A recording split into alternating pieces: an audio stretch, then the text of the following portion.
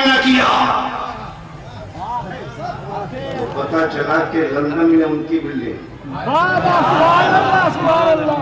امریکہ میں ان کی بلڈنگ، افریقہ میں ان کے مکان، ان کے ہوٹل، انڈیا کے شہروں میں بے شمار مکان، کوٹھیاں، گاڑیاں وغیرہ وغیرہ. لیکن میں نے جب اس پیر کو دیکھا، خدا کی قسم میں نے جب ان کو دیکھا تو ادھر ادھر بلڈنگ نہیں ہے، گلیاں چک میں مدرسہ، مرشد آباد میں مدرسہ، ملکی میں مدرسہ، راج محل میں مدرسہ. میں نے کہا مسعود میاں یہ مدرسہ کے قیام کی ضرورت کیا ہے؟ سرکار مسعود ملت کہتے ہیں بیٹا ہم حسین کی اولاد ہیں اور میرے بابا حسین نے میدان کربلا میں قرآن کو بچانے کے لیے گردن دے دی اور میں نے قرآن کو بچانے کے لیے مدرسہ کا قیام کیا. نہ ہم قرآن کو مٹنے دیں گے نہ نبی کی شریعت کو مٹنے. آج ہمارے سماج کو، آج ہماری قوم کو ایسے ہی پیر کی ضرورت ہے. اور بڑے خوش نصیب ہوں میاں، میں ایسا نہیں کہ میں حضرت کو آج سے جان رہا ہوں. حضرت کی کرم نوازیاں، محبتیں، شفقتیں لگ بھگ 15 سے 20 سالوں سے. یہ الگ بات ہے کہ بیچ میں ملاقات کا فاصلہ ذرا لمبا ہو گیا، لیکن حقیقت یہ ہے کہ اس مرد قلندر نے جو دین کا کام کیا ہے، اس مرد مجاہد نے جو اپنے بابا کی سنت پہ چل کے نبی کی شریعت کی حفاظت کا جو بیڑا اٹھایا ہے، اگر ہر خانقاہ کا پیر آگے بڑھ جائے اس کام کرنے کے لیے تو نہ کوئی بیٹا قرآن کو آنکھ دکھا سکتا ہے، نہ مسلمان کو آنکھ دکھا سکتا ہے. اور مسلمانوں کو آنکھ دکھانے والوں ذرا سنبھل کے دکھانا. ابھی بھارت میں حسین کا بیٹا زندہ ہے، ابھی ہندوستان میں علی کی اولاد زندہ ہے، اور جب تک علی کی اولاد ہندوستان میں رہے گی نہ اس ہندوستان سے قرآن نکلے گا نہ مسلمان نکلے گا. اب یہ بتاؤ تبلیغ سنو گے آپ؟ سنو گے؟ ذرا محبت سے بول دو یا حسین، اور پیار سے بولو یا حسین. اس نیت سے بولو کہ میرا آقا حسین کربلا سے ہمیں ملاحظہ کر رہا ہے. درود پاک پڑھ لیجیے. اللہم صلی علی. سائلنٹ ہو.